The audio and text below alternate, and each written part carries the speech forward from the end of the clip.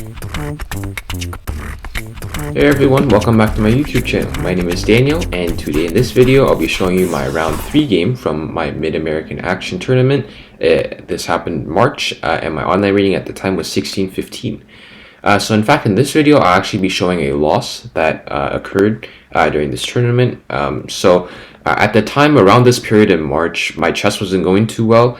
For the past 4 or 5 tournaments at that point, I had loss rating from my peak rating, which was around 1669, which happened around 4 or 5 tournaments before this when I had a really nice tournament, which bumped up my rating around 200 points.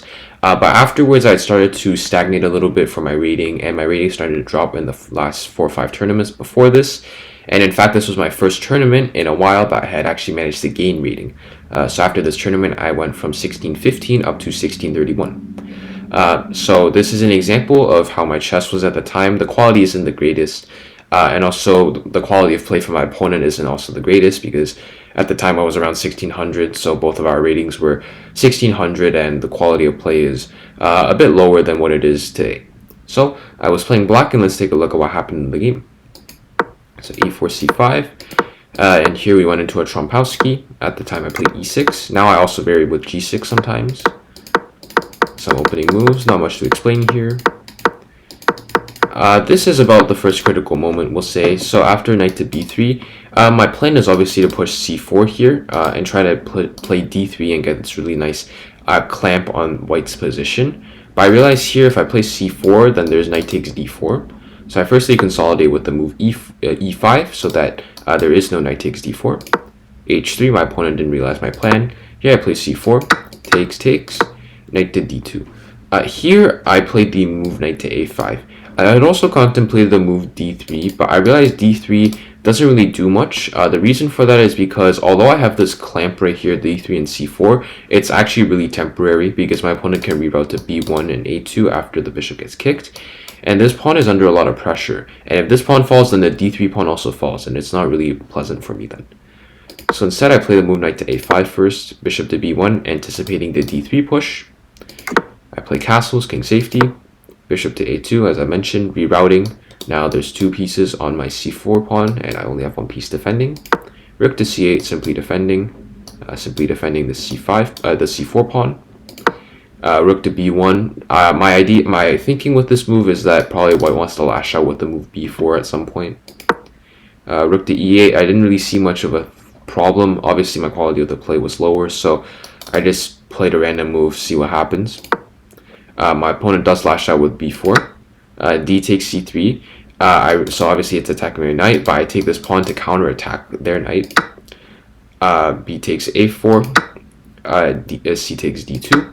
Bishop takes d2, and I slide my bishop back to a8 because the rook on b1 was attacking that bishop. Now queen to c2, c3.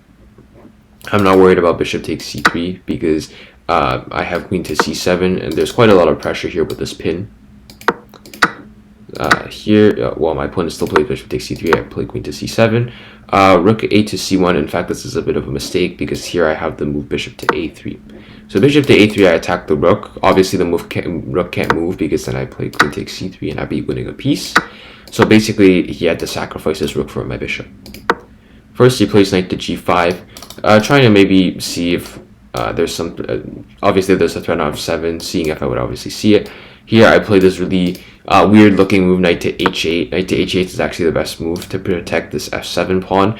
It looks really weird because I'm putting the knight in the corner besides the king, but it actually works, so it's okay.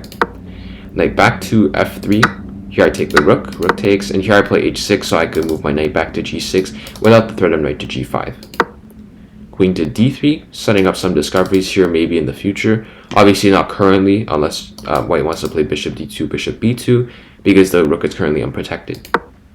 Rook to d8, queen to e2, knight to g6, g3 preventing knight to f4, queen to b2 putting some pressure here, knight back to d2 protecting, queen to d7. I'm honestly just rerouting, seeing if there's any squares I can prod at. Obviously the h3 pawn is here is weak, and maybe I can put my queen on d3. If we trade, then I have this nice rook on d3, which is putting a pressure on a lot of things, combined with this rook.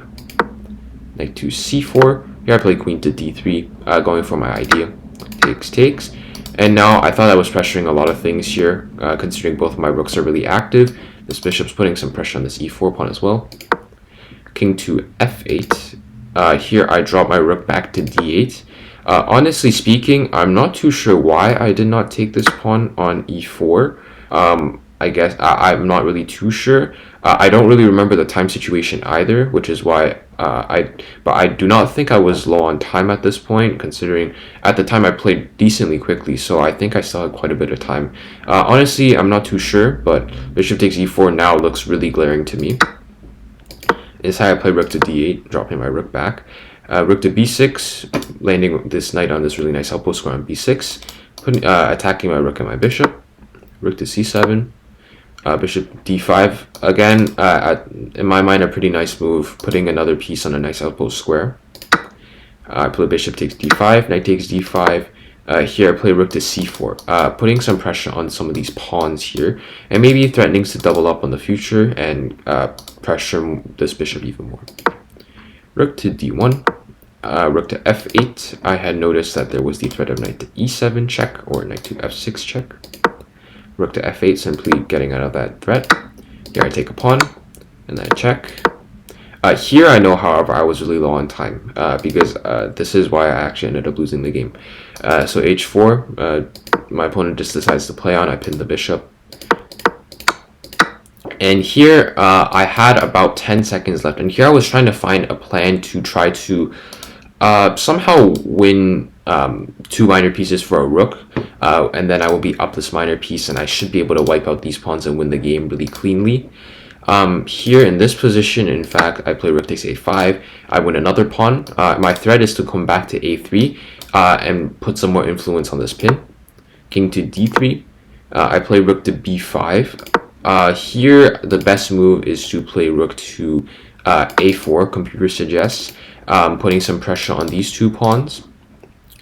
However, here I play rook to b5. Here my opponent plays f5. And here I play rook to b8, which is actually in fact a blunder. It basically throws away my advantage here.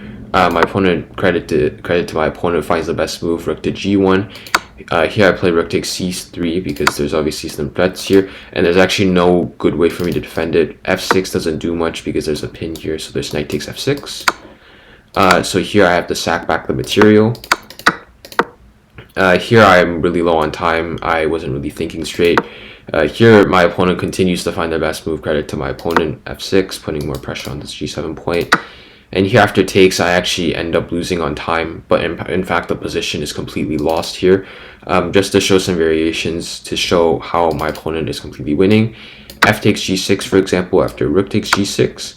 Then let's say king to f7, for example. Then there's rook to g7 check.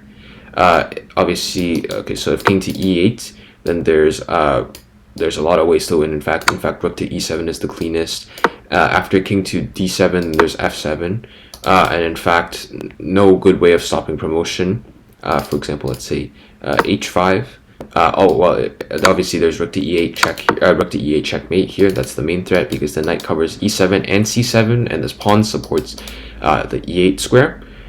So here there's no good way of stopping checkmate, so this will be completely lost. If I do not take the pawn, then one thing's for sure, g7 looks really terrifying for me. Let's say, for example, there's even funny checkmates, such as, let's say I play some random moves. Then there's even this type of a scenario where my king gets forced here, and this pawn can honestly just really promote, and this is actually this will be completely lost for me. So yeah, after f takes g6, my position's hopeless. So as I was thinking, I even ran out of time.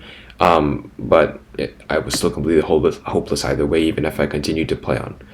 So yeah, in general, this game, not the greatest. Obviously, I managed to blunder away at my advantage with the move rook to b8. But honestly, before that, I had felt that the game was sort of slipping away from my hands. I had only a couple seconds left, and I wasn't really thinking the greatest. So yeah, generally didn't play the greatest, but after this, I trained even more and I managed to get better. So that's the good thing, and I also learned from this game. So yeah, in general, not the greatest game, but it helps for improvement, helps for experience, and yeah, I hope you all enjoyed. Thanks for watching.